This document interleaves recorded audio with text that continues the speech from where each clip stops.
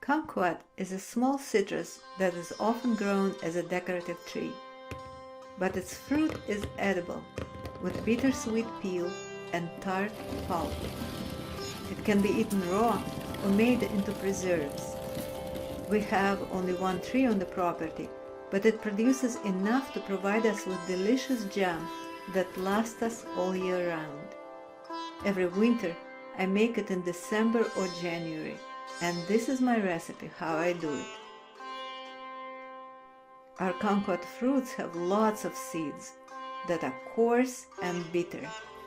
When eaten raw, it is easy to spit them out, but getting rid of them in jam preparation is a labor-intensive part of the job. Every small fruit has to be cut across and the seeds squeezed out of it. It is a messy, slimy work, and it reminds me about how my grandkids love to play messy. I guess my inner child is well and alive, as I do not mind doing this.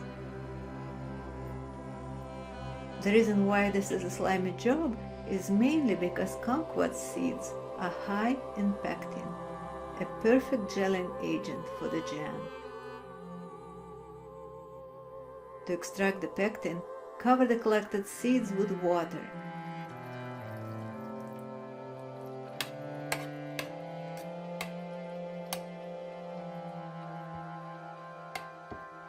And bring it to a boil while stirring. Pectin dissolves in hot water, making it appear thick.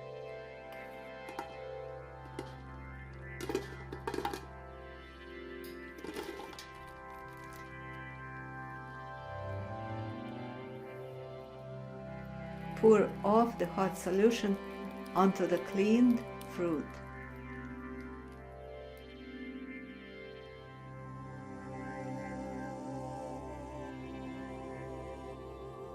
Repeat 3 or 4 times until you get enough solution to almost cover the fruit, or until the water holding the seeds does not become thick anymore. Don't boil the seeds for a long time. They're bitter and will add bitterness to the jam. Just bring it to a boil and stir to extract the pectin. Time to relax a bit. The pot and the stove are doing the job. It is good to check on the cooking dough and stir the fruit.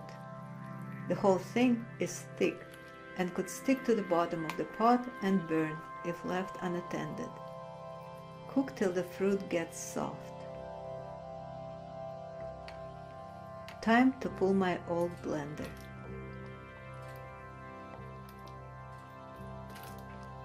I put it on grind, add small amounts at a time, and wait patiently as the machine works through the thick mass.